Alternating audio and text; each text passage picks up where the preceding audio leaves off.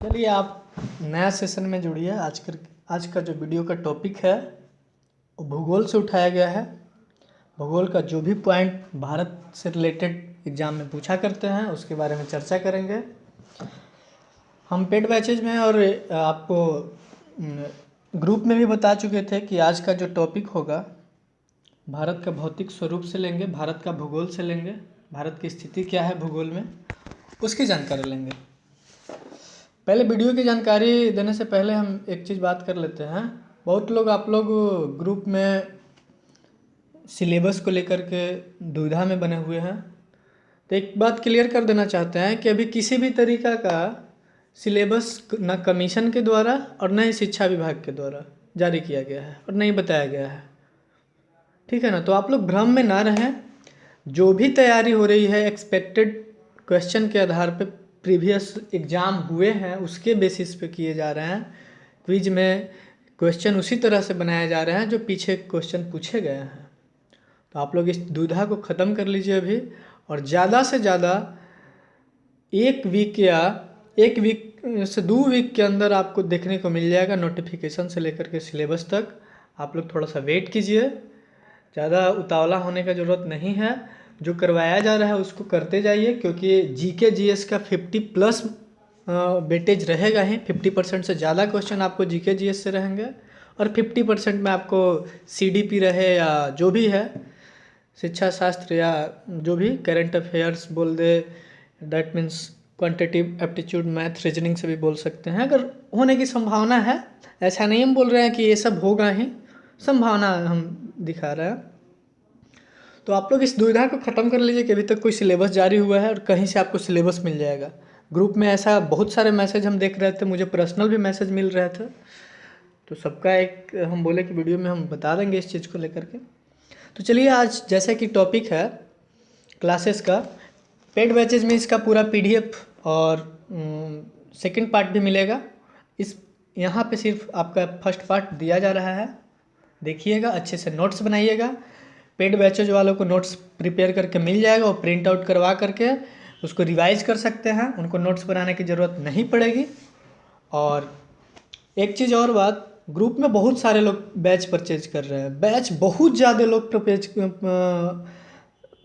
खरीद लिए हैं, बट हम देख रहे हैं कि क्विज का जो टाइमिंग है 8 PM से 9 PM तक, उस 1 घंटे में बहुत कम लोग ऑनलाइन आ रहे हैं। समझ रहे हैं ना बात को?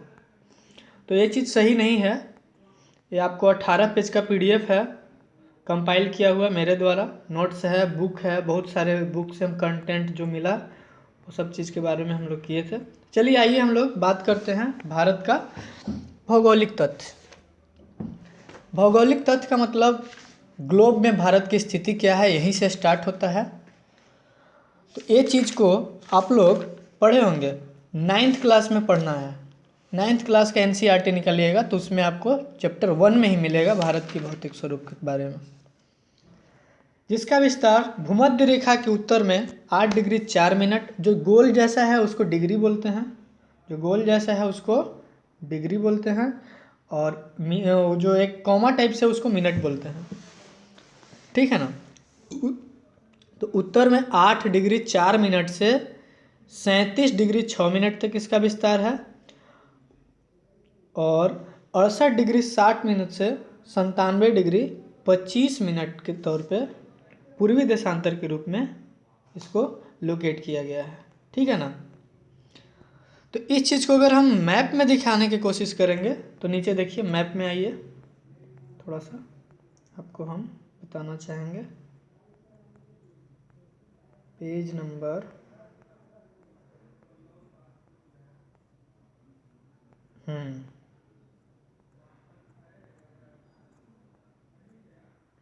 फुल मैप एक शायद, हाँ देखिए ना, आइए ऊपर ही आइए।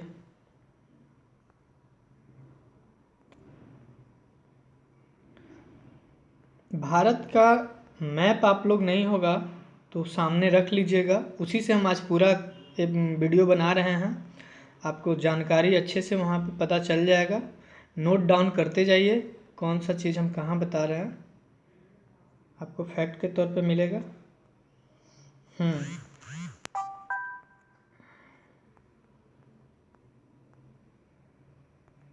शायद वो पेज नहीं PDF बन पाया है।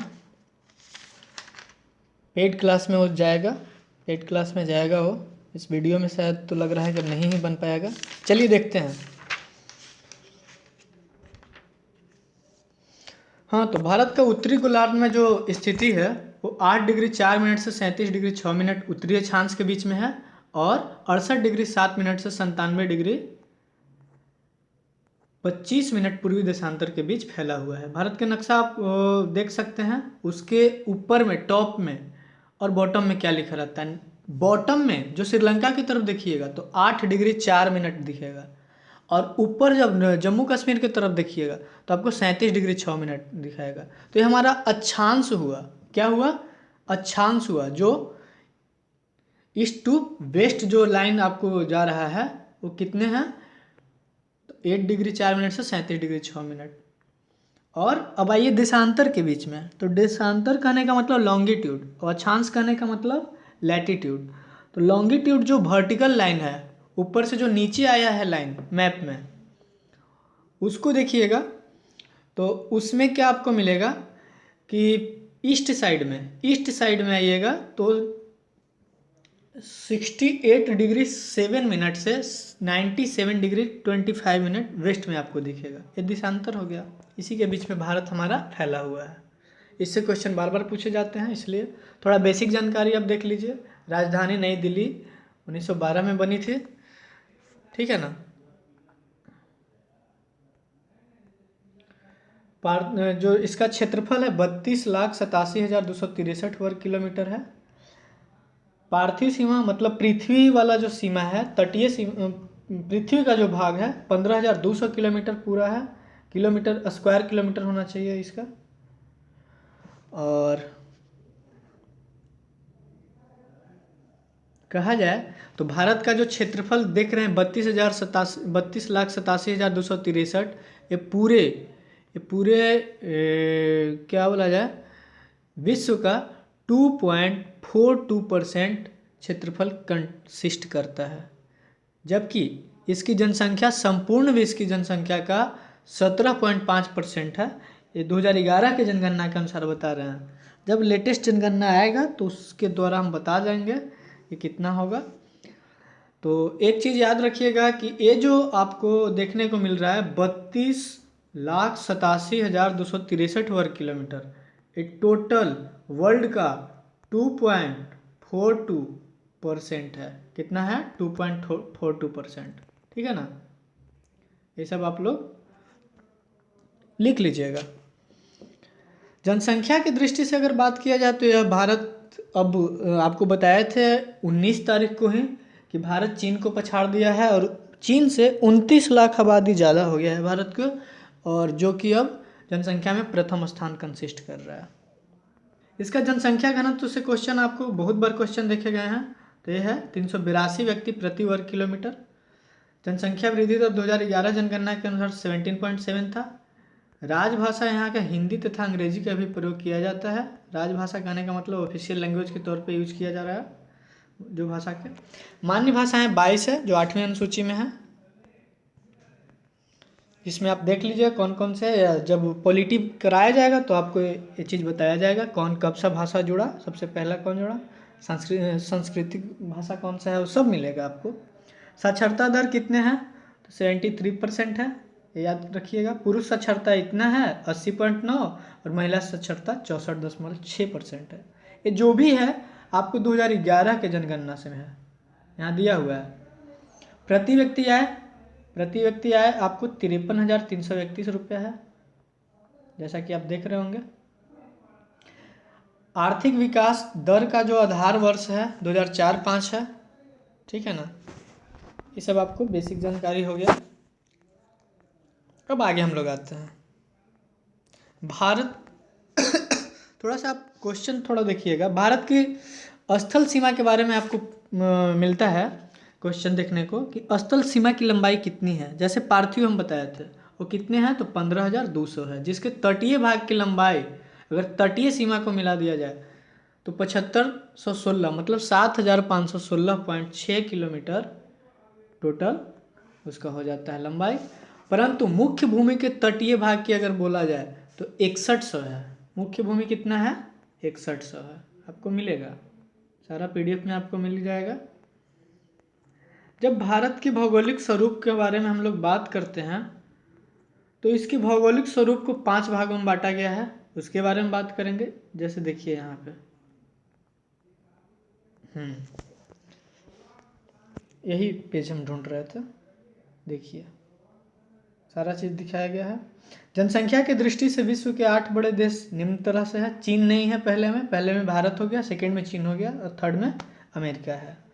भारत का उत्तर से दक्षिण विस्तार 3214 किलोमीटर है और पूरब से पश्चिम 2933 किलोमीटर है। मतलब ऊपर से नीचे अगर मापिएगा तो 3214 किलोमीटर आपको डिस्टेंस मिलेगा और पूरब से पश्चिम मापिएगा तो 2933 किलोमीटर मिलेगा। एग्जैक्ट क्वेश्चन यहाँ से तो नहीं बने हैं, लेकिन क्वेश्चन बने कहाँ से हैं वो हम आपको बता रहे हैं।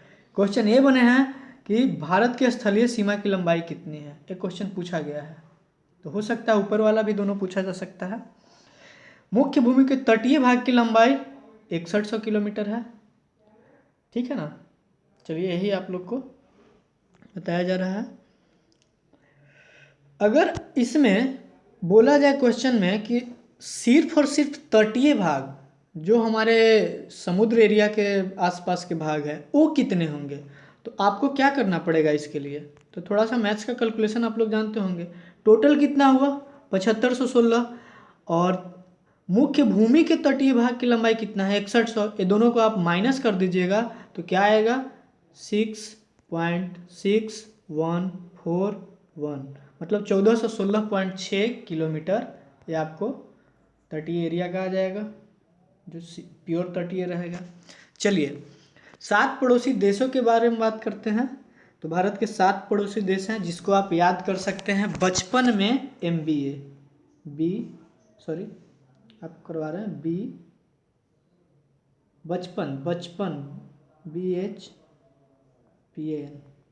बचपन में को हटा दीजिए, बचपन में MBA B से बांग्लादेश, C से चाइना, P से पाकिस्तान, A से अफगानिस्तान, बचपन N से नेपाल, M से म्यांमार, B से भूटान और MBA बचपन हो गया, ठीक है ना। जो छूट गया है अभी, क्या छूट गया 1 2 3 3 2 5 5 2 7 हो तो गया बचपन। यहाँ वाला A को हटा दीजिए, BCPN और MBA A यहाँ पे आप अफगानिस्तान को लिख लीजिए, अफगानिस्तान A से अफगानिस्तान।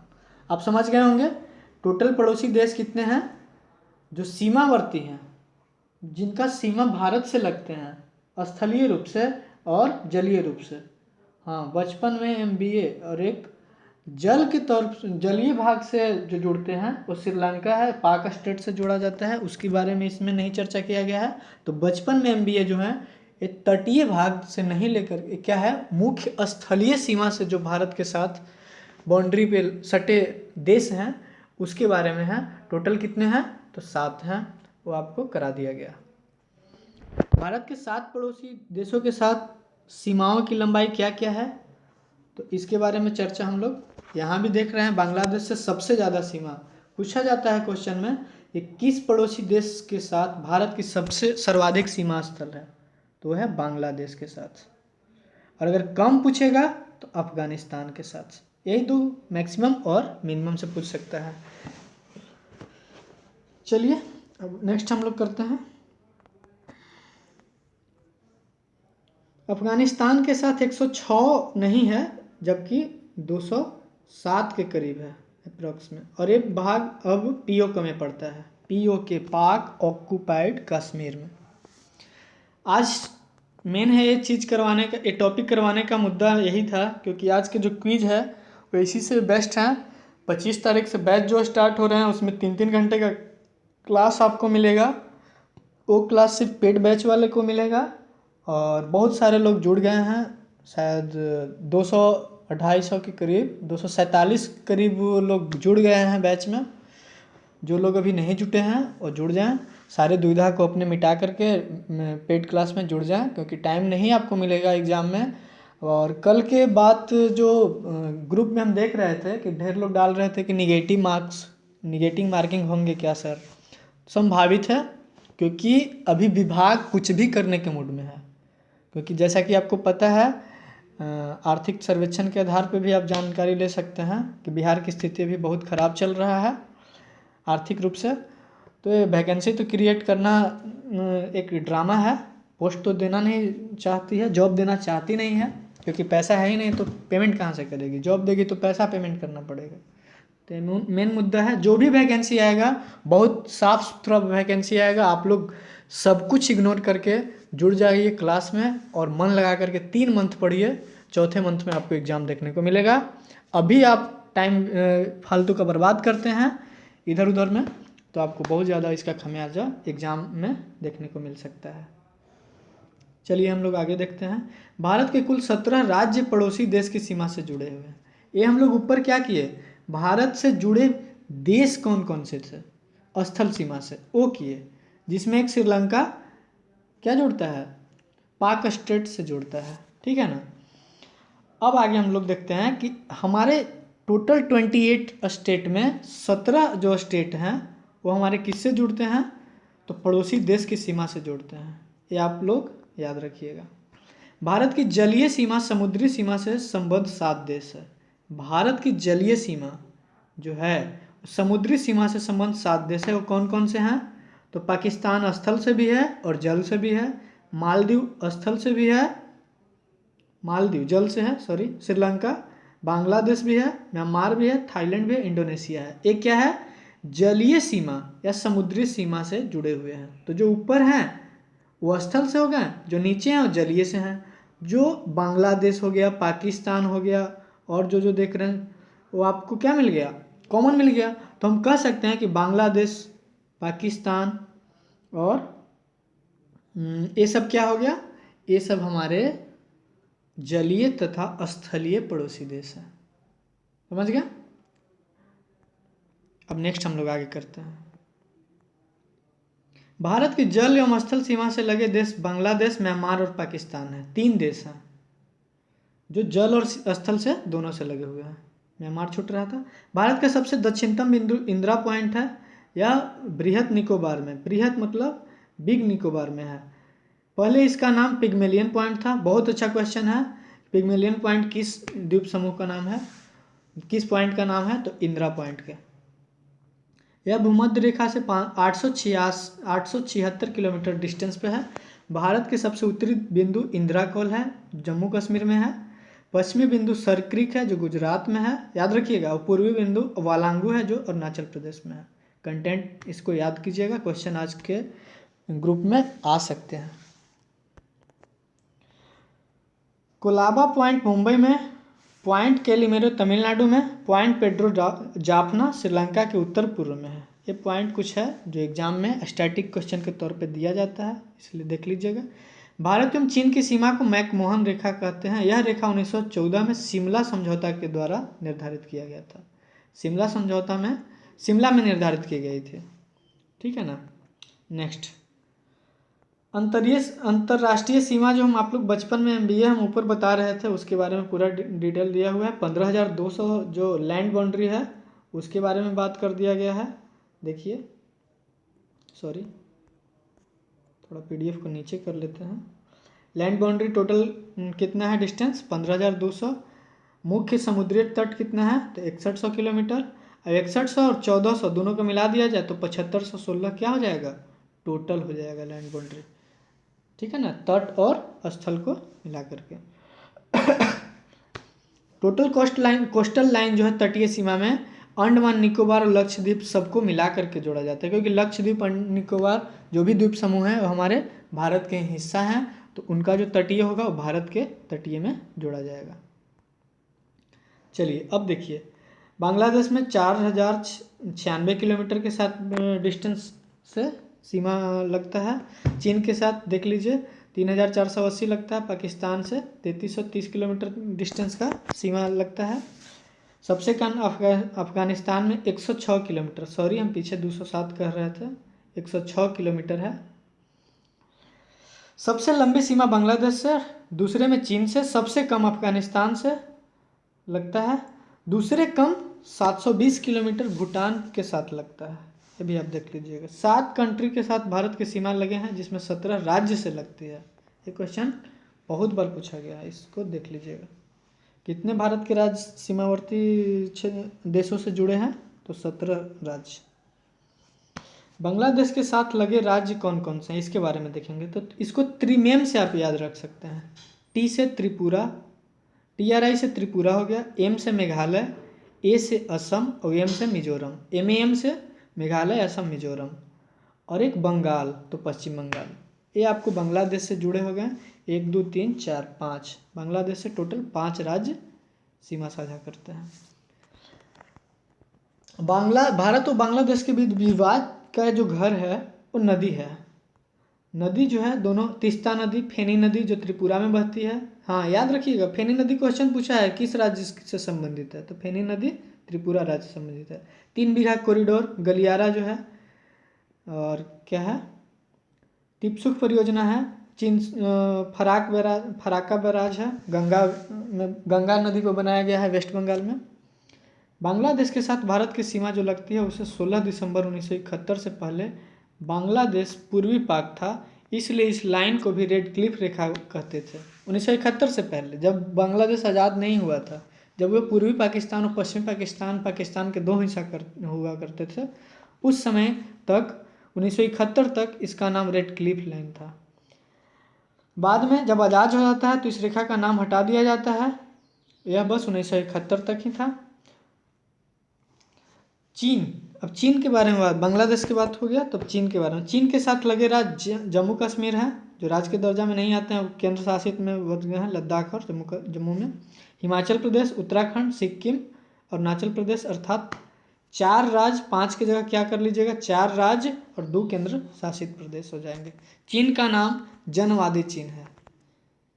भारत और चीन की सीमा रेखा को 1913-14 में हेनरी मैकमोहन के द्वारा ये किया गया था, तो उसको इसलिए उन्हीं के नाम पे सम्मान में भारत और चीन के सीमा रेखा को मैकमोहन रेखा बोला जाता है। पूछता है क्वेश्चन कि कब किया गया था, तो 1913-14 में। कब किया गया था, तो 1913-14 में दिया हुआ है यहाँ पे। किसने किया था, तो हेनरी मैकमोहन ने किया था, इसलिए उनके नाम पे। भारत और चीन के बीच निर्धारण किया गया था।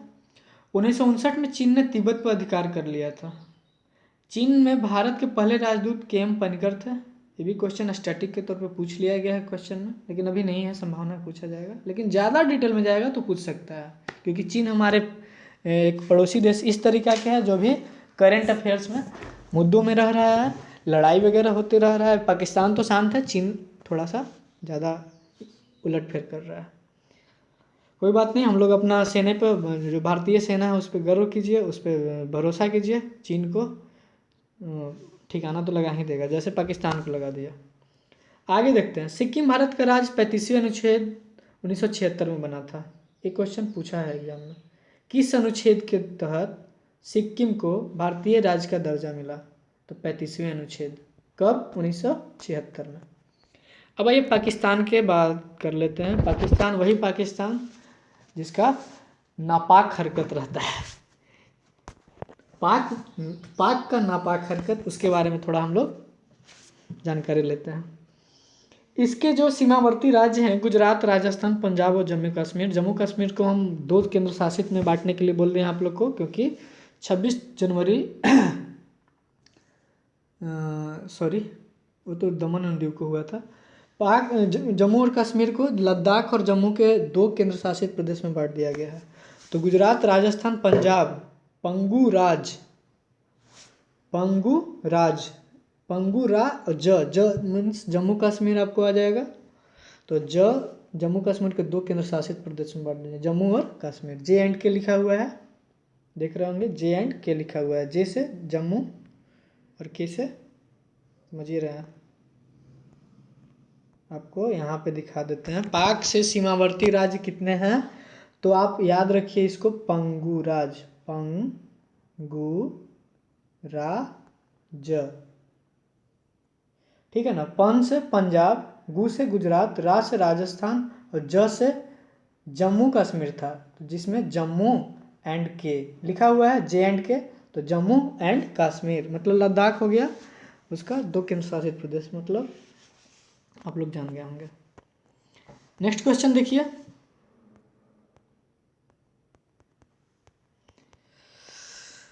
मैक्सिमम सीमा पाक का राजस्थान के साथ जुड़ती है। जो भी हमारा ये है क्या बोला जाता है, थोड़ा सा सर्वर प्रॉब्लम हो गया, पीडीएफ को लाते हैं।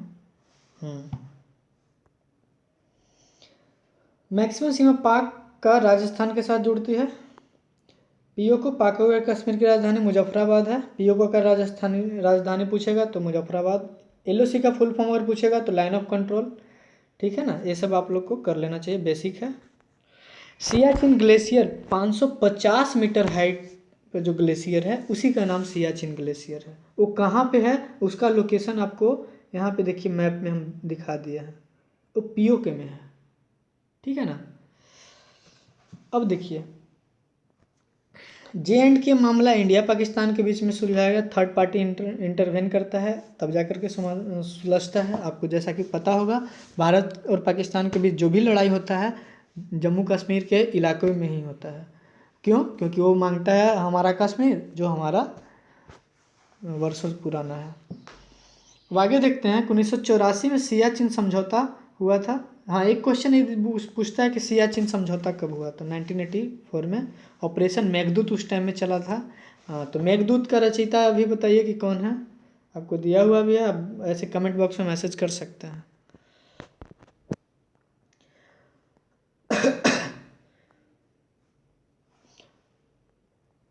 इसमें तो पीडीएफ डला जाएगा।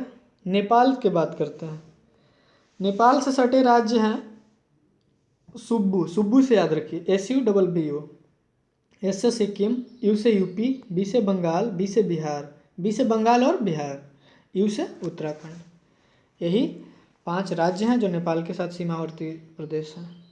ये सब हम इसलिए करवा रहे हैं क्योंकि हमारा जो भारतीय सीमा है, सीमावर्ती राज्य हैं और सीमावर्ती जो देश हैं उनके बारे में थोड़ा जानकारी मिले, क्योंकि टॉपिक यही से उठ करके क्वेश्चन में आपको दिखने को मिलेंगे।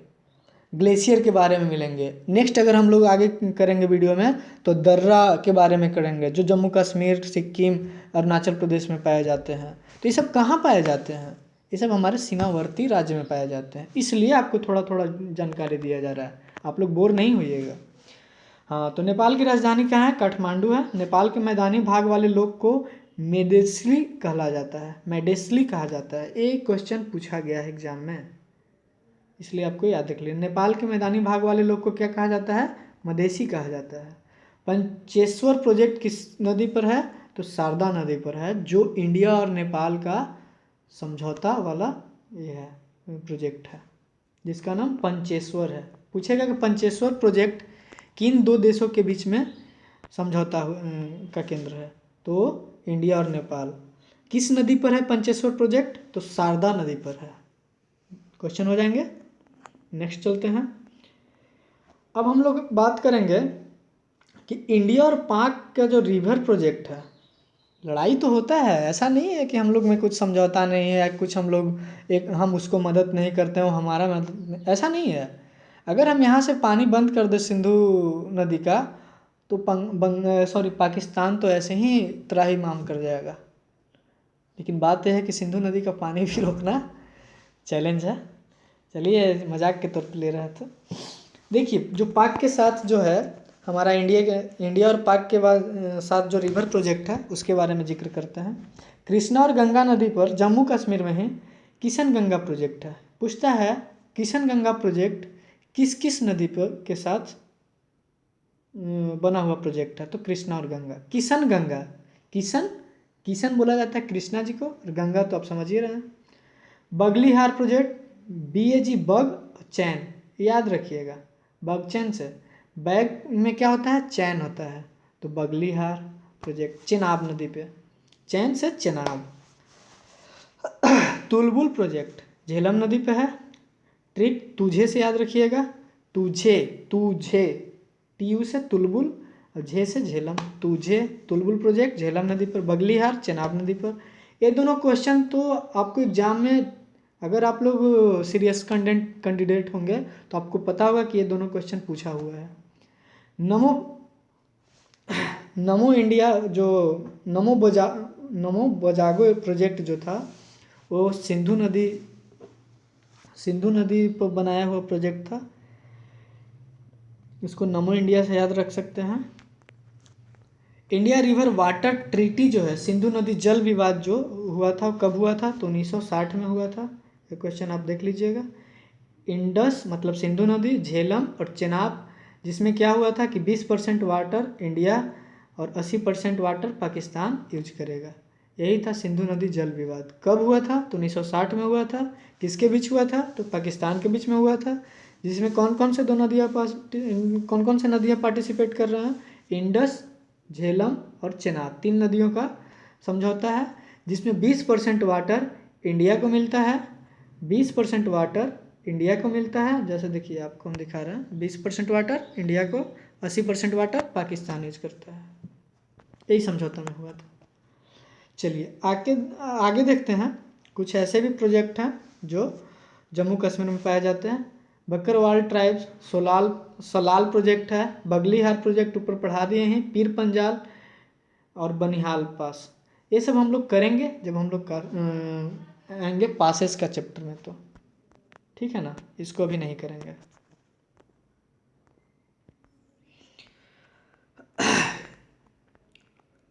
ये सब कुछ अफगानिस्तान से रिलेटेड है। अफगानिस्तान और इंडिया के बीच रेखा तब थी जब पाक इंडिया के साथ था, तब उस रेखा को डुरंड रेखा कहा जाता था। ठीक है ना, जो पाक ऑक्युपाइड कश्मीर में अब चला गया है। इंडिया चाइना के बीच में मैकमोहन रेखा है। पंचशील प्रिंसिपल, पंचशील समझौता कब हुआ था? तो 1954 में। इंडिया चाइना वार कब हुआ था? तो 1962 में। इन्फिल्ट्रेशन मतलब घुसपैठ जो करते थे जम्मू कश्मीर में, चाइना में, जम्मू कश्मीर से ही जितने भी घुसपैठी हैं, चाइना से हों या पाकिस्तान से हों, इसी रास्ते से आते थे। ठीक है ना। अब कुछ लेक हैं और कोई जगह है, उसको देख लेते हैं। जैसे चुमार है, राकीनल है, बेमकॉक है, पेंगोंग। ये तो पेंगोंग झील आप लोग को बहुत ही ज़्यादा चर्चा में रहा था, आप जान ही रहे हैं इस चीज़ को। दौलत बाग ओल्डी एरिया है, चाइना में है। दीपसांग है। स्ट्रिंग ऑफ पेरल्स, मोती और माला। स्ट्रिंग मीन्स माला होता है, पेरल्स मीन्स मोती होता है, जिसमें एक पॉलिसी है, हिंद महासागर ये सब है। हबन टोटा पोर्ट श्रीलंका में है। ग्वादर पोर्ट पाकिस्तान में है। ग्वादर पोर्ट पूछता है कहाँ पे है, तो पाकिस्तान में है। हबन टोटा पोर्ट कहाँ है, तो श्रीलंका में है, जो चाइना के द्वारा बनाया जा रहा है, श्रीलंका में भी और पाकिस्तान में भी। तो श्रीलंका वाले तो वो पीछे हो गए हैं, जिससे बहुत बड़ा एक चाइना को नुकसान पहुंचा है श्रीलंका के पीछे होने से, क्योंकि श्रीलंका कभी भी सपोर्ट भारत के अगेंस्ट में नहीं किया है, रिकॉर्ड हुआ है। सबसे किनारे वाले जगह देख लीजिए आप लोग। सबसे ऊपरी छोर में कौन है? सबसे उत्तरी भाग इंडिया का इंदिरा कोल है, जो जम्मू में है। सबसे दक्षिणतम पॉइंट इंदिरा पॉइंट है, कहाँ है, जिसका पूर्ववर्ती नाम पिग्मेलियन पॉइंट था, जैसा कि हम बताए थे, बृहद निकोबार में है। सबसे पश्चिमी क्षेत्र, पश्चिम में सबसे कौन सा राज्य है? गुजरात। तो गुजरात का सरक्रिक क्षेत्र है, याद रखिएगा, जो गुम्हार मोती के नाम से भी जाना जाता है। और लास्ट में आंध्र प्रदेश है, जो अरुणाचल प्रदेश है। किधर? तो पूर्वी भाग में। तो अरुणाचल प्रदेश के वालांगू वाला क्षेत्र, जहाँ पे उसका नाम किबूथी पॉइंट है, किबूथी, देखिएगा लिखा हुआ है किबूथी। बुक में वालांगू था, लेकिन जो वालांगू के भी एट ए पॉइंट जो नाम है उसका किबूथी नाम है। और सर क्रिक का क्या नाम है? तो गुहार मोती नाम है, याद रखिएगा क्वेश्चन। उत्तर से दक्षिण तक कितना लंबाई है? तो 3214 किलोमीटर, जैसा कि दिखा रहा है। और पूरब से पश्चिम लंबाई कितना है? तो 2933 किलोमीटर। चलिए, आप लोग जान रहे हैं कि आप लोग अच्छे से कर लीजिएगा इस चीज़ को। बार बार रिपीट करके, अगर नहीं समझ में आएगा तो देखिएगा अच्छे से, जो भी डाउट होगा हमको बोलिएगा कमेंट बॉक्स में। हाँ, और एक चीज़ और, आप लोग शिकायत है, आप लोग देखते हैं बहुत ज़्यादा लोग, लेकिन लाइक नहीं करते हैं वीडियो को। लाइक कीजिए, सब्सक्राइब कीजिए। बहुत अच्छा हम कंटेंट दे रहे हैं, बहुत मेहनत करके दे रहे हैं, नोट्स बनाना पड़ता है, 10 गो बुक्स सेलेक्ट करके देते हैं, कुछ अपना नॉलेज है उसको साझा करते हैं। इतना कर रहे हो, आप एक लाइक नहीं दीजिएगा, सब्सक्राइब नहीं कीजिएगा, तो फिर मेरा क्या मतलब बनता है। मुझे मोटिवेशन आप लोग के लाइक और कमेंट से मिलता है, ठीक है ना। तो ये सब जो भी हो, अपना राय रखिए कमेंट बॉक्स में। आगे चलते हैं। नेक्स्ट जो कंट्री है पड़ोसी में, वो भूटान है। भूटान से सटा जो राज्य है, सवार से आप याद रखिए, सवार, घुड़सवार से कैसे याद रखते हैं, वही सवार। एस से सिक्किम, डब्ल्यू से वेस्ट बंगाल, ए से असम, और ए आर से ए आर एक साथ अरुणाचल प्रदेश याद रख लीजिए। तो कितने राज्य हो गए हैं, 4 राज्य जो भूटान के साथ सीमा करते हैं। भूटान की मुद्रा क्या है, बहुत अच्छा क्वेश्चन है, रेलवे के एग्जाम में पूछे थे, मेरे पास कमेंट आया था कि सर ये पूछा गया था। तो भूटान की मुद्रा क्या है, नूगल ड्रम है। नेक्स्ट हम लोग देश चलते हैं, म्यांमार के बारे में पढ़ेंगे। म्यांमार का सीमावर्ती राज्य है अरुणाचल प्रदेश, नागालैंड, मणिपुर, मिजोरम। ट्रिक है अरुणा मम्मी। ट्रिक क्या है, जो म्यांमार से सटे हुए जो हमारे पड़ोसी देश है म्यांमार, उससे सटे कौन कौन से राज्य हैं, तो अरुणा मम्मी से याद रख लीजिए। किसकी मम्मी, तो अरुणा मम्मी। अरुणाचल प्रदेश, नागालैंड, मणिपुर, मिजोरम, 4 स्टेट हैं। सब हम ट्रिक के भी जो भी हम देखें कि बच्चे लोग को कैसे जल्दी याद आ जाए, किस चीज़ को लिंक किससे करें ताकि उनको जल्दी याद आ जाए, तो सारा कोशिश किया गया है आप लोग के लिए। पीडीएफ आपको मिल जाएगा पेड बैच में, पेड बैच ज्वाइन कर लीजिए। थोड़ा सा आगे देख लेते हैं। आंग सांग सुकी जो एक बहुत ही अच्छा पॉलिटिकल ये है, मेंबर हैं, वो हमेशा चर्चा में रहते हैं, इससे रिलेटेड क्वेश्चन इंडिया के एग्ज़ाम में आते रहते हैं। तो आंग सान सू की यहीं म्यांमार के ही थे, जो एनएलडी पार्टी के थे। अभी वो शायद जेल में हैं, छूटे हैं कि नहीं छूटे हैं तत्काल का नहीं पता है, लेकिन 3 जनवरी या फरवरी के टाइम में वो वहाँ पे सैन्य तख्ता पलट हुआ था और उनको कैद कर लिया गया था और आंग सान सू की को जेल में डाल दिया था। इसको fighting for democracy in Myanmar, Myanmar में फाइटिंग कर रहे हैं किसके लिए, डेमोक्रेसी के लिए। वहाँ निरंकुश सैन्य शासन हो जाता है। एनएलडी पार्टी के हैं, याद रखिएगा आंग सान सू की किस पार्टी के हैं। तो पहले तो यह किस देश से हैं और किस पार्टी के हैं, तो NLD, national league for democracy. क्या है, नेशनल लीग फॉर डेमोक्रेसी। ये डेमोक्रेसी के लिए संघर्ष कर रहे हैं। जैसे हमारे यहाँ इंडिया में डेमोक्रेसी के लिए बहुत सारे नेताओं में सरदार वल्लभ भाई पटेल, सुभाष चंद्र बोस, ये सब लोग, गांधी जी वगैरह जो भी हैं, नाम ऐसा नहीं पूरा लोग को लेंगे, लेकिन जैसे इंडिया का जो डेमोक्रेसी में योगदान ये लोग दिए, वैसे ही वहाँ आंग सान सू की डेमोक्रेसी के लिए संघर्षरत है। अगला देखते हैं। बुद्ध से रिलेटेड आप लोग को पॉइंट एक मिलता है, और म्यांमार में सबसे ज़्यादा बौद्ध धर्म का प्रचार प्रसार है। कंट्री ऑफ पैगोडा बोला जाता है। पैगोडा किससे है, बुद्ध से रिलेटेड है। तो इसीलिए म्यांमार में बहुत ज़्यादा बौद्धिक धर्म के लोग हैं, वहाँ बुद्ध भगवान को मानने वाले लोग हैं, इसलिए उस कंट्री को कंट्री ऑफ पैगोडा बोला जाता है। तो कंट्री ऑफ पैगोडा, इस क्वेश्चन को आप याद रखिएगा, किस देश को बोला जाता है, तो म्यांमार देश को बोला जाता है। न्यू कैपिटल ऑफ म्यांमार, नई पाई ताओ। म्यांमार की कैपिटल अभी नई पाई ताओ। ये आपको 2000 कब हुआ था, ऐसा हम कंफ्यूजन में हैं, थोड़ा सा देख लीजिएगा, कमेंट बॉक्स में कीजिएगा नई पाई ताओ कब बना था। अब नेक्स्ट हम लोग कंट्री चलते हैं, श्रीलंका। सेतु समुद्रम प्रोजेक्ट हम लोग इंडिया और श्रीलंका के बीच में साझेदार है। To cut Ram Setu, biodiversity, मछली पालन, धार्मिक आस्था, ये सब से रिलेटेड सेतु समुद्रम प्रोजेक्ट है, जो हमारे इंडिया और श्रीलंका के बीच में समझौता का केंद्र है। आपको पिक्चर में दिखाई दे रहा होगा, थोड़ा सा हम इसको बदल लेते हैं इस रंग में, ठीक है ना, और थोड़ा पतला कर लेते हैं। चलिए देखिए, आप लोगों को देखने को मिल रहा होगा यहाँ पे नीचे एक हम मैप बनाने की कोशिश किए हैं। ये किसका मैप है? तो भारत का ये हो गया इंडिया। इंडिया का दक्षिणतम पॉइंट हम लोकेट किए हैं और यहाँ श्रीलंका एस आर, ठीक है ना। चलिए, तो देखिए कि भारत और श्रीलंका एक दूसरे से पाक जल संधि से जुड़ते हैं। पाक स्ट्रेट भी इसको एग्जाम में पूछा जाता है। पाक स्ट्रेट हिंदी में भी दे देगा, आप ये नहीं ढूंढते चलिएगा कि पाक जल संधि नहीं है। तो पाक जल संधि नहीं है तो पाक स्ट्रेट हिंदी में भी दे सकता है, इंग्लिश में भी दे सकता है। इस चीज़ को भी आप याद रखिएगा। जो बंगाल की खाड़ी में जो लोकेटेड पॉइंट है इसको देखिए, इसी पॉइंट को पाक स्ट्रेट बोला जाता है, ठीक है ना। और आपको हम बात किए सेतु समुद्रम वाला, तो राम सेतु जो है यहाँ से यहाँ छोटे छोटे ऐसे ऐसे कई मतलब पत्थर के टुकड़े हैं। इस एरिया में अभी भी जहाज़ का पानी जल जहाज़ का रास्ता नहीं है, क्योंकि वहाँ पे कहाँ कितने बड़ा पत्थर मिल जाएगा इसका कोई अंदाज़ा नहीं है, इसलिए क्षेत्र में जहाज़ लोग नहीं जा पाते हैं। जो राम सेतु के नाम से, जिसका अभी वर्तमान में नाम है आदम ब्रिज के नाम से जाना जाता है, इस तरीक़ा की चट्टान है। सारा चीज़ हम फिगर से आपको समझाने की कोशिश बेस्ट तरीका अपना दे करके कर रहे हैं। तो कोशिश यही करेंगे आप लोग अच्छे से इस चीज़ को रिवाइज़ कीजिए, नोट्स को अच्छे से पढ़िए और वीडियो को बार बार देखिए, आपको अच्छे तरीक़ा से समझ में आएगा।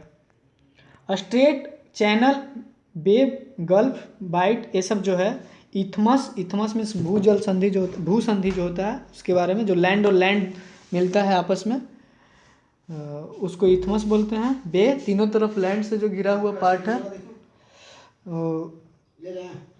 उसको बे बोलते हैं। चैनल स्ट्रेट से चौड़ा होता है। स्ट्रेट और चैनल, जैसे यहाँ पाक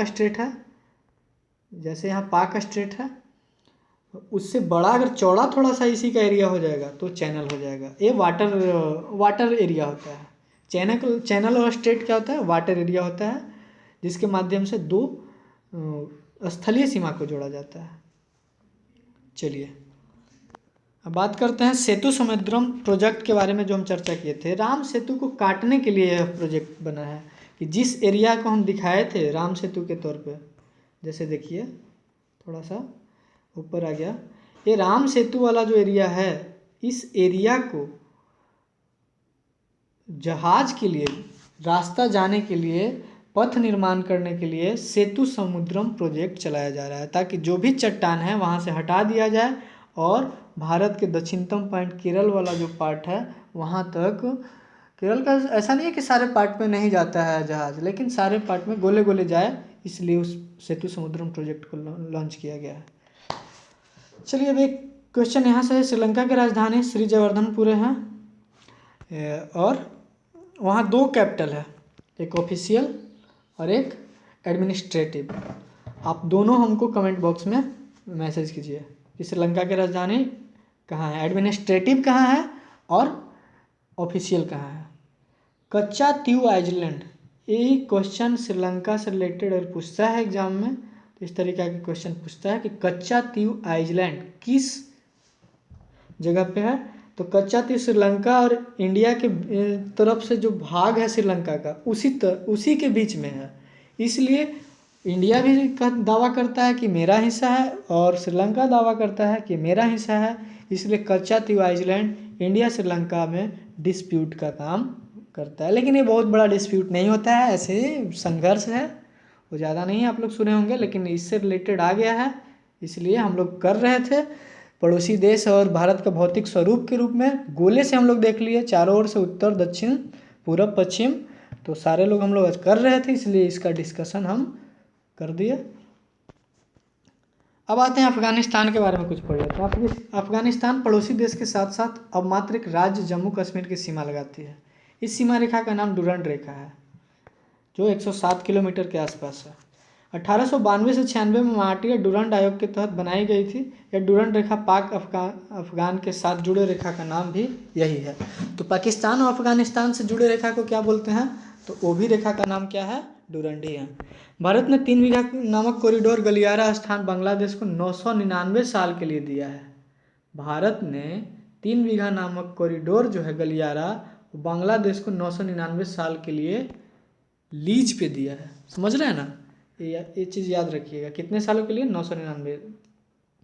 भारत के राज्य में एक मात्र राज्य है जिसमें कई देशों की अंतर्राष्ट्रीय सीमा लगती है, वह राज्य है जम्मू कश्मीर, जब यह राज्य हुआ करते थे। ठीक है ना। दूसरे नंबर पर अंतर्राष्ट्रीय सीमा बनाने वाला राज्य पश्चिम बंगाल है।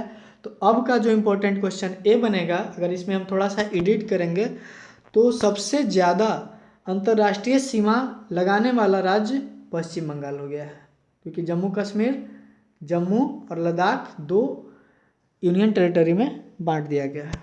समझ में आ गया? सबसे ज़्यादा अंतर्राष्ट्रीय सीमा लगाने वाला राज्य कौन सा है? पश्चिम बंगाल है। भारत के उत्तर प्रदेश राज्य की सीमा सबसे अधिक राज्यों के साथ लगती है। ये भी क्वेश्चन बोला जाता है कि उत्तर प्रदेश राज्य की सीमा सबसे अधिक भारतीय राज्यों से लगती है। भारत का एकमात्र जिला जिसकी सीमा 5 राज्यों से मिलती है वह उत्तर प्रदेश का सोनभद्र जिला है। कौन कौन राज्य से लगती है इसके बारे में थोड़ा सा देख लीजिए। मध्य प्रदेश, छत्तीसगढ़, बिहार, झारखंड, यूपी। वो कौन सा जिला है? तो सोनभद्र जिला है। थोड़ा सा कलर हम चेंज कर लेते हैं। कौन सा जिला है? तो सोनभद्र जिला है। कहाँ पे पड़ता है? यूपी। क्वेश्चन पूछने का संभावना बन रहा है क्योंकि बिहार इससे सटा हुआ है। आप लोग को ये नहीं दुविधा मन में आना चाहिए कि पेड बैच में तैयारी अच्छे से होगी कि नहीं होगी। तो आप लोग देखिए, इतने अच्छे कंटेंट हम प्रोवाइड कर रहे हैं, इतने आपके साथ हम वर्क आपके लिए कर रहे हैं। मेरा 4 साल से ये है अनुभव है, 4 साल से 40 से 47 बच्चे को हमने अभी तक जॉब में भेज दिया है। तो ये सब तो आप देखिए ना, जो हमारे अनुभव कहीं तो है। बहुत सारे लोग अभी रेलवे में गए हैं, तो ये सब आप लोग देखते जाइए। जो भी अब कंटेंट तैयार किया गया है अनुभव के आधार पर, जो क्वेश्चन पूछे जाते हैं उसी तरीक़ा से हम बना रहे हैं, जो आपके एग्ज़ाम में आने की पूर्ण संभावना बनती है। अब नीचे चलते हैं। Puducherry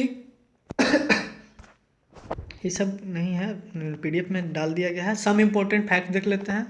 northern point of India, चलिए रिकॉल कर लेते हैं। Southern most point of India, आप कमेंट बॉक्स में करते जाइए message. Northern point of India Indira call. Southern point Indira point, जिसका नाम पिग्मेलियन पॉइंट भी है। Southern most point of India ये हो गया। Southern most point of India mainland, एक क्वेश्चन बनता है, देखिए ये भी है साउदर्न मोस्ट पॉइंट और ये भी है southern most point, but India का कह दिया तो इंदिरा पॉइंट। वो कहाँ है? बृहद निकोबार में है, बृहद निकोबार में है। But southern most point of Indian mainland, मतलब जमीन वाला जो निचला पॉइंट है, वो कन्याकुमारी के कैप कॉमरिन है। कौन सा है? कैप कॉमरिन है। थोड़ा कलर चेंज कर लेते हैं। कैप कॉमरिन है। क्या है? कैप कॉमरिन है। ये क्वेश्चन पूछा हुआ है, बार बार रिपीट कर रहे हैं। कैप कॉमरिन है जो भारत के भूमि वाला सबसे दक्षिणतम बिंदु है, जो कहाँ पे है? कन्याकुमारी में है। कन्याकुमारी कहाँ पड़ता है, किस राज्य में पड़ता है? आप कमेंट बॉक्स में मैसेज कीजिए। Western point of India Sir Creek. Eastern point of वालांगू किबुथू वाला जगह, ठीक है ना। कोस्टल स्टेट तटीय प्रदेश की कुल संख्या कितने हैं? 9 है। सबसे बड़ा तटीय प्रदेश वाला राज्य गुजरात। एक क्वेश्चन पता नहीं कितने बार आपको एग्जाम में मिला होगा, एक क्वेश्चन बहुत हाईलाइटेड है, इसको याद कर लीजिएगा। सबसे ज़्यादा तटीय प्रदेश वाला राज्य गुजरात, उसके बाद आंध्र प्रदेश और उसके बाद तमिलनाडु, ठीक है ना। चलिए नेक्स्ट चलते हैं। कर्क रेखा पर स्थित राज्य 8 हैं। टोटल कितने ऐसे राज्य भारतीय हैं जो कर्क रेखा पर हैं? तो टोटल 8 हैं, ठीक है ना। जिसका हम शॉर्ट में भी यहाँ पे हम बनाने की कोशिश किए हैं, इसका वैसा ट्रिक बन नहीं पाया है, आप देख लीजिएगा इसको। गर्म ये जो है गुजरात, राजस्थान, मध्य प्रदेश, छत्तीसगढ़, झारखंड, वेस्ट बंगाल, त्रिपुरा, मिजोरम। तो झारखंड का रांची पूछता है, स्थान आपको दे देगा, और कहेगा कि निम्न में से कौन से सिटी जो हैं वो कर्क रेखा पे हैं। बोलेगा पटना, रांची, कोलकाता, कौन सा है?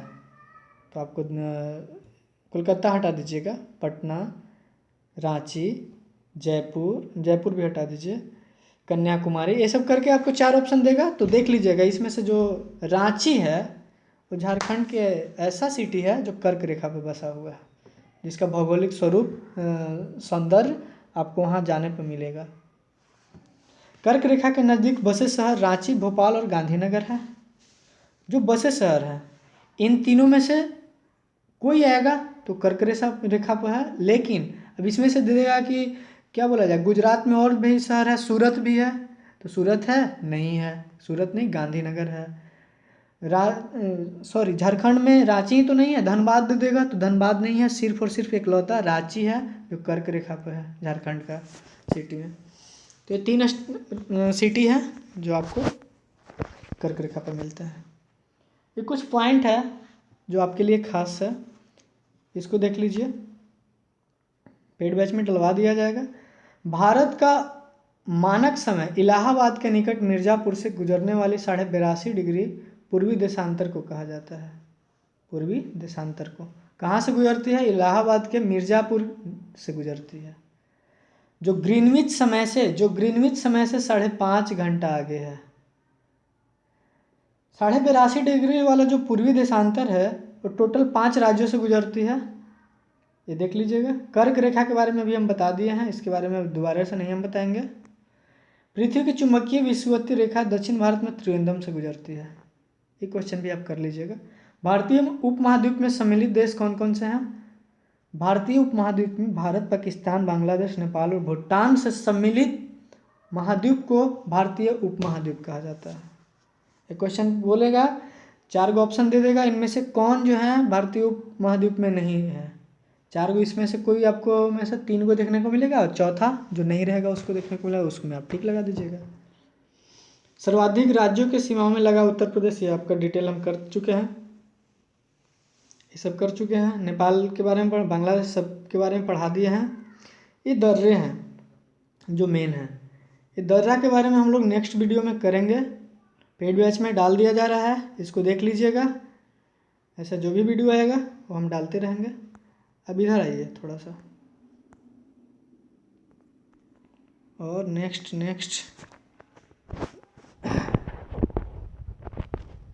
भारत का भौतिक स्वरूप। देश के कुल क्षेत्रफल में इतना भाग पर उच्च पर्वत श्रेणी है जिनकी ऊंचाई समुद्र तल से 2135 मीटर या उससे अधिक है। 305 मीटर से 2135 मीटर की ऊंचाई वाली पहाड़ियाँ इतना भूभाग में फैली हुई है, सब देख लीजिएगा। हिमालय का प्रादेशिक विभाजन किया गया है, जिसमें पंजाब हिमालय, कुमायूं हिमालय, नेपाल हिमालय, असम हिमालय के तौर पे बांटा गया है। हिमालय के 4 भागों में बांट दिया गया है। पंजाब हिमालय जो सिंधु एवं सतलज नदियों के मध्य है, कुमाऊं हिमालय जिसकी ऊंचाई 300 जिसकी फैलाव 320 किलोमीटर तक है, सतलज एवं काली नदी के मध्य। नेपाल हिमालय काली एवं तीस्ता नदी के बीच है। असम हिमालय तीस्ता एवं दिहांग नदी के बीच है। भौतिक रचना तथा धरातल के स्वरूप के अनुसार भारत को 5 भागों में बांटा गया है, और 5 भागों हम लोग देख लेते हैं। थोड़ा खांसी हो गया है, सॉरी।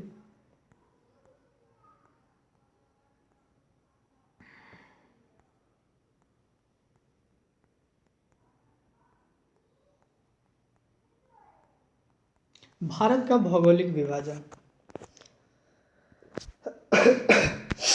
पहला है उत्तर का पर्वतीय मैदान, उत्तर का मध्य मैदानी भाग, तीसरा प्रायद्वीपीय पठार, चौथा तटीय मैदान जो तटीय इलाका आ जाते हैं, पांचवा द्वीपीय समूह क्षेत्र जो आइसलैंड का समूह क्षेत्र है। जितने भी द्वीप समूह हैं वो सब आ जाएगा 5वें में। तो भारत का भौगोलिक विभाजन भौगोलिक स्थितियों को देख करके किया गया है।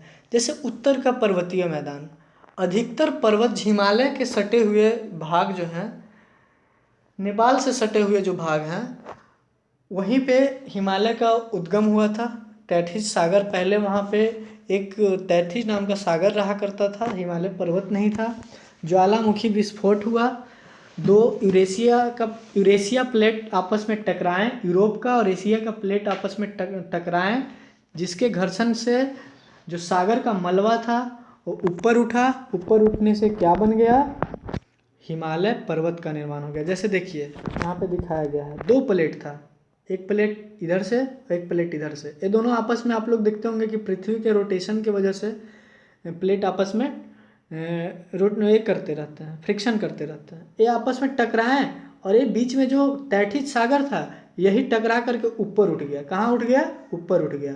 और क्या बना दिया गया, जो भी ज्वालामुखी उद्गार होते हैं जैसे ही ऑक्सीजन के कांटेक्ट में आते हैं तो एक गाढ़ा और हार्ड इमोर्फस बना देते हैं, जो हमारे यहाँ हिमालय पर्वत के तौर पे जाना गया। हिमालय की उत्पत्ति का एक कहानी है जो अवसादों से जमाव होने के कारण था। ये सब क्वेश्चन आप देख लेते हैं। तो हम बात करते हैं कि उत्तर का पर्वतीय मैदान कैसे बना, इसके बारे में बात कर लिए।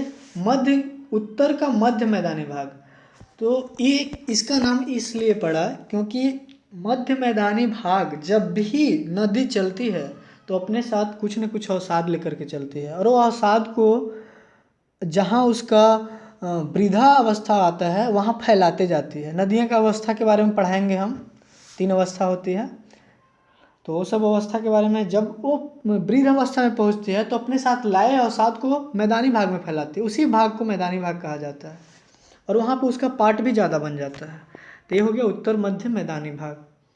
प्रायद्वीपीय पठार, जो प्रायद्वीपीय पठार हैं, जो पठारी इलाके साउथ में आप लोग चलिएगा तो जो इस तरीक़ा से हम दिखाएंगे, ऐसे जो आपका भारत का स्वरूप है, ये वाला जो स्वरूप को प्रायद्वीपीय पठार कहा जाता है। तो इस एरिया का जो क्षेत्र है वो सब किस में आ जाएगा, प्रायद्वीपीय पठार में आ जाएगा। तटीय मैदान, जो भी तट है समुद्र तट से लगा हुआ है, इधर उधर जो भी है, फिर लास्ट में इधर अंडमान निकोबार भी है, इधर लक्षद्वीप है, इस सब को मिला करके तटीय मैदान में जाना जाएगा।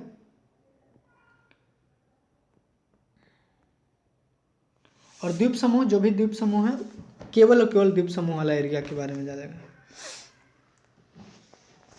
भारत के क्षेत्रफल का 11% पर्वतीय है, 18% पहाड़ी है, 28% पठारी है और 43% मैदानी भाग है। ये आप याद रखिएगा कि भारत के क्षेत्रफल का टोटल कितने परसेंट मैदानी भाग है, तो टोटल में 43% मैदानी है। पर्वतीय कितना है, तो 11। यही 2 क्वेश्चन पूछने का संभावना बनता है। उत्तर का पर्वतीय मैदान, जिसे हिमालय के नाम से जाना जाता है, इसके बारे में। हिमालय को 3 भागों में बांट दिया गया है। ट्रांस हिमालय, मतलब जो हिमालय के पहले जो निर्मित है उसको, हिमालय माउंट रेंज वाला, और ईस्टर्न हिल, पूर्वांचल की पहाड़ियाँ। 3 भागों में हम लोग बांटे हुए हैं। देखते हैं हिमालय का निर्माण कैसे हुआ था, अभी बता चुके हैं। भारत की सबसे, और हिमालय से संबंधित अगर चलेंगे तो इसमें हम लोग देखेंगे कि महान हिमालय को 3 भागों में बांट दिया गया। महान हिमालय, हिमालय और शिवालिक। ये उसके एज के अनुसार, समय के अनुसार बांटा गया है। जैसे 6 से 7 वर्ष जो पुराना है उसको महान हिमालय के श्रेणी में रखा गया। जो 2 से 2.5 करोड़ वर्ष पुराना जो है उसको हिमालय बोला गया, और 1 करोड़ वर्ष पुराना जो है उसको शिवालिक बोला गया। 6 से 7 करोड़ वर्ष जो पुराना था उसको महान हिमालय बोला गया। 2 से 2.5 वर्ष पुराना जो था करोड़, उसको हिमालय बोला गया, और 1 करोड़ वर्ष जो पुराना था उसको शिवालिक बोला गया। शिवालिक अर्थात इसको हम नवीन हिमालय भी बोल सकते हैं। ये सब एग्जाम के लैंग्वेज है, एग्जाम में पूछते हैं, इसलिए हम आपको बता रहे हैं। लघु हिमालय भी बोला जाता है शिवालिक को। तो यही सिद्धांत था, प्लेट टेक्टोनिक वाले सिद्धांत पे हिमालय का निर्माण हुआ है। ये भी क्वेश्चन पूछता है, आप लोग देख लीजिए। भारत का सबसे ऊंची चोटी से आता है, तो भारत का सबसे ऊंची चोटी K2 है, गॉडविन ऑस्टिन, जो 8611 मीटर इसका हाइट है। और अगर विश्व में बोला जाए तो माउंट एवरेस्ट है। विश्व की दूसरी सबसे चोटी K2 आती है, पहला माउंट एवरेस्ट और दूसरा में K2 गॉडविन ऑस्टिन। यहाँ पे आप लोग को एक मैप बनाए हुए हैं, समझाने की कोशिश इसलिए कर रहे हैं इस मैप से क्योंकि हिमालय को आप अच्छे से समझ सकें। कि हिमालय को अच्छे से आप समझ जाइएगा तो बाद में इससे जो दर्रा आएगा, नदियाँ कहाँ से उद्गम होती है, ये सब आपको समझ में आ जाएंगे। तो इसके हम देख रहे हैं कि इस तरीक़ा से बांटा हुआ लाइन है ए, ठीक है ना, ऐसे। तो ये महाभारत रेंज, धौलाधर श्रेणी, ये वाला जो श्रेणी सीढ़ी नुमा है इसको धौलाधर रेंज बोल दिया गया। थोड़ा सा अच्छे से इसको हम करते हैं। ये वाला जो श्रेणी है पीर पंजाल वाला, पीर पंजाल का दर्रा है जो पीओके में पाया जाता है। कौन कौन दर्रा कहाँ पे है वो सब लोकेट किया गया है। कश्मीर घाटी ये वाला एरिया को बोला जाता है, ये वाला एरिया जो भी है उसको कश्मीर घाटी बोला जाता है। आप लोग न्यूज़ में पढ़ते हो कश्मीर घाटी से पाकिस्तान के घुसपैठी लोग हमारे भारत में घुस करके बमबारी किया, कुछ लोगों को मार गिरा, तो यही वाला कश्मीर वाला घाटी है। समझ रहे होंगे जैसा कि हम उम्मीद करते हैं। एक बार इसको देख लीजिए अच्छे से। काराकोरम कहाँ पे है, तो यहाँ पे है लद्दाख वाले पार्ट में। जास्कर कहाँ पे है, जास्कर से नहीं, काराकोरम से नहीं, लेह वाला पार्ट यहाँ पे है। और द्रास सेक्टर जहाँ पे -38 डिग्री सेंटीग्रेड टेम्परेचर, मतलब सबसे कम वाला टेम्परेचर यहाँ मापा गया था। वो कितना था, -38 डिग्री सेंटीग्रेड था। वो एरिया का नाम क्या था, तो एरिया का नाम था द्रास सेक्टर, ठीक है ना। वो किस क्षेत्र में था, तो महान हिमालय में था। अब आगे चलते हैं। शिवालिक वाला श्रेणी है ट्रांस हिमालय, 3 श्रेणियों में बटा हुआ है, काराकोरम श्रेणी, लद्दाख श्रेणी और कैलाश पर्वत। तो काराकोरम श्रेणी जो था भारत की सबसे ऊंची पर्वत श्रृंखला इसी श्रेणी में है, जो सबसे उत्तर में जिसकी ऊंचाई 8611 मीटर जम्मू में स्थित है। इसकी खोज गॉडविन ऑस्टिन नामक एक माउंटेनियर ने किया था, जिनके नाम पर गॉडविन ऑस्टिन भी इसका नाम पड़ गया है। यह पीओके क्षेत्र में स्थित है, समझ गए। लद्दाख पर्वत, भारत का शीत मरुस्थल लद्दाख को कहा जाता है। लेह डिस्ट्रिक्ट के क्षेत्र में भारत में सबसे कम वर्षा वाला क्षेत्र है। यह सबसे शुष्क स्थान लेह लद्दाख है, ठीक है ना।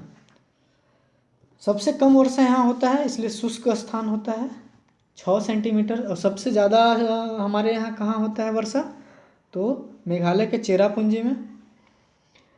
तीसरा जो श्रेणी था कैलाश पर्वत का, कैलाश पर्वत से भारत की 3 प्रमुख नदियाँ निकलती है, सिंधु, सतलज और ब्रह्मपुत्र।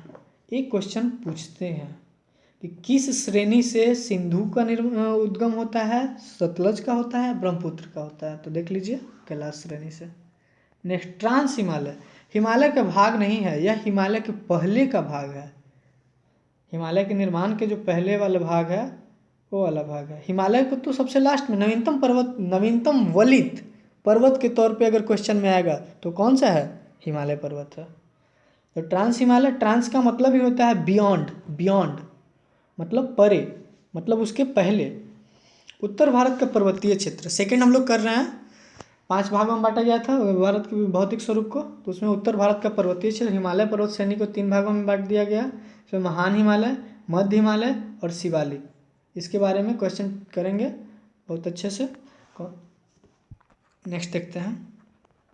ये आपको जो भी हम बताए थे प्लेट टेक्टोनिक वाला मेथड, कैसे तैथिस सागर से हिमालय पर्वत का निर्माण हुआ।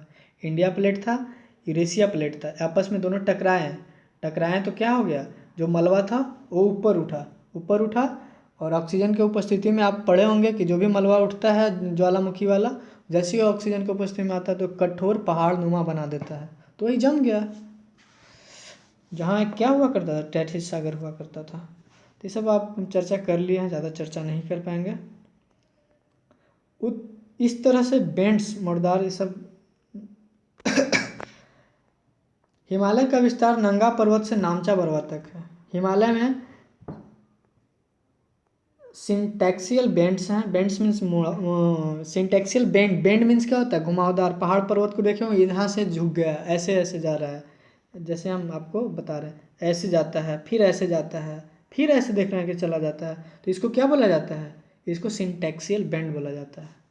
हिमालय में जो बेंड है उसको सिंटैक्सियल बेंड बोला जाता है। डिवीजन ऑफ हिमालय, हिमालय के भाग थे। हिमाद्री या ग्रेट हिमालय, एवरेज हाइट 6000 से 6100 metre. Height peak Mount Everest सबसे ज़्यादा, जो हमारे यहाँ नहीं है, नेपाल में है। नेपाल में इस माउंट एवरेस्ट का नाम सागरमाथा है। भारत की सर्वोच्च हिमालय की चोटी कंचनजंगा है। भारत में जो सर्वोच्च हिमालय की चोटी है कंचनजंगा है, सिक्किम में है, 8598 किलोमीटर उसका। 8611 जो बताए थे K2, वो K2 कहाँ है? POK में बताया है ना, POK, पाक ऑक्युपाइड कश्मीर में। आप कंफ्यूज नहीं कीजिएगा, आपको लग रहा है कि कहाँ पहुँच गए। भारत की सर्वोच्च हिमालय की चोटी आ गया है, हिमालय की चोटी तो कंचनजंगा है। नंदा देवी, नंदा देवी पर्वत कहाँ है? ये आपको क्वेश्चन में हूबहू देखने को मिल सकता है, तो है नंदा देवी उत्तराखंड में। थोड़ा इसका कलर चेंज कर लेते हैं। नंदा देवी उत्तराखंड, कामेट यूके, नंगा पर्वत। नंदा देवी और नंगा पर्वत कंफ्यूज नहीं कीजिएगा। नंदा देवी उत्तराखंड, नंगा पर्वत जम्मू कश्मीर। अब आइए मध्य हिमालय या लघु हिमालय।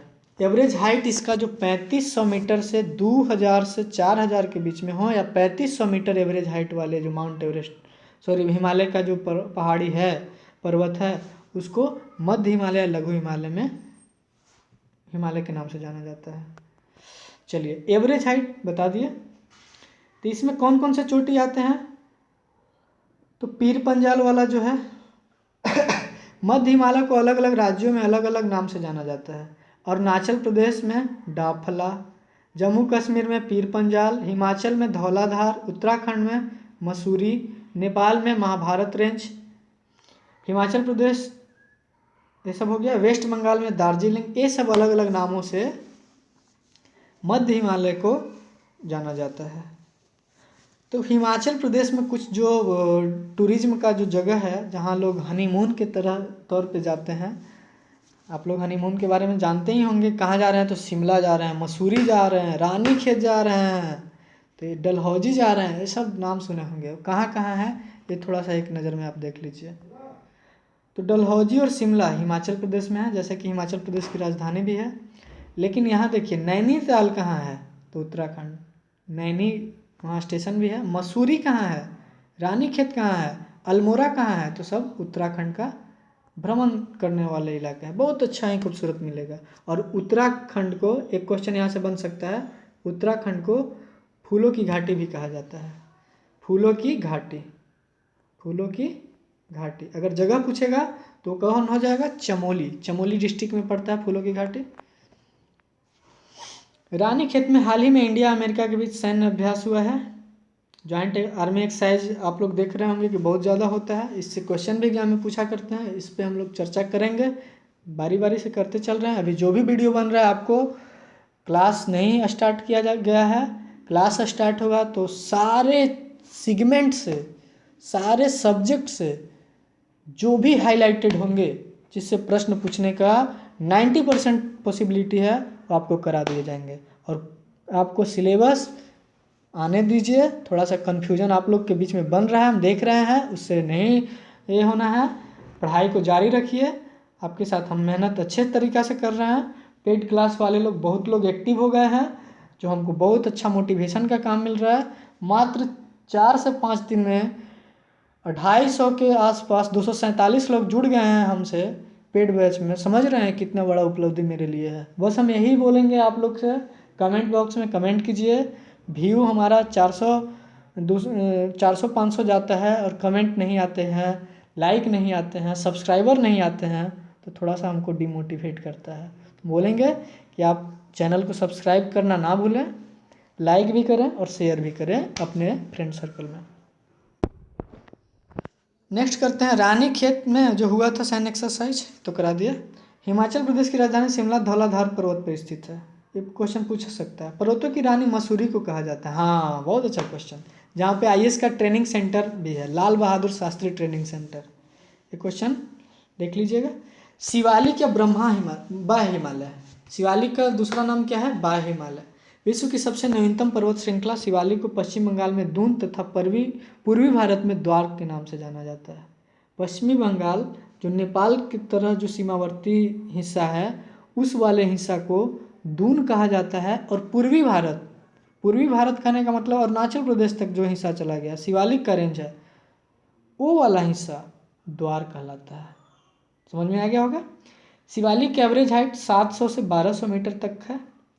अरुणाचल प्रदेश के नाम जैसे देखिए एपी जनजाति, ये अरुणाचल प्रदेश में जो जनजाति पाए जाते हैं अरुणाचल प्रदेश में, वही सब आपको मिलेंगे। और उसके जनजाति और हिल का नाम दोनों आपस में क्या बोला जाए, तो आपस में मेल जोल करते हैं। जो जनजाति वहाँ पाए जाते हैं उसी जनजाति के निवास स्थान के नाम पर वहाँ के हिल का नाम है। जैसे डाफला, डाफला जनजाति कहाँ पाए जाते हैं, तो अरुणाचल प्रदेश में। मीरी, अबोर, मिसमी, ये सब वहाँ के जनजाति भी हैं और हिल्स भी हैं। ठीक है, आप लोग को करा दिया गया हिमालय के बारे में, सारी चीज़ अच्छे से करवा दिए गए हैं। अपने फ्रेंड सर्कल में बोलिए, शेयर कीजिए, सब्सक्राइब कीजिए चैनल को, और पेड बैच में जल्द ज्वाइन कर लीजिए। आपको 25 तारीख के बाद कोई भी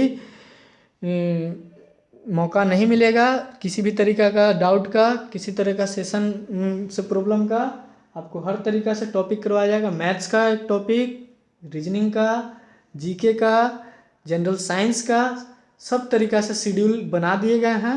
आपको Monday to Friday daily paid class में क्लास होंगे, नोट्स मिलेंगे, और 8 से 9 बजे रात को आपको जो भी पढ़ाई होंगे उसी से क्विज करा दिए जाएंगे। आज का क्विज में आपको इससे भी क्वेश्चन देखने को मिलेंगे, 25 से 30 क्वेश्चन, जो आपको सुविधा होगी बनाने में, याद करने में। चलिए यहीं पे सेशन को समाप्त करते हैं। Thank you. आप लोग को कैसा है वीडियो लग रहा है, कैसा मेरा कोशिश लग रहा है, ये आप हमें मैसेज बॉक्स में कमेंट करके बताइए।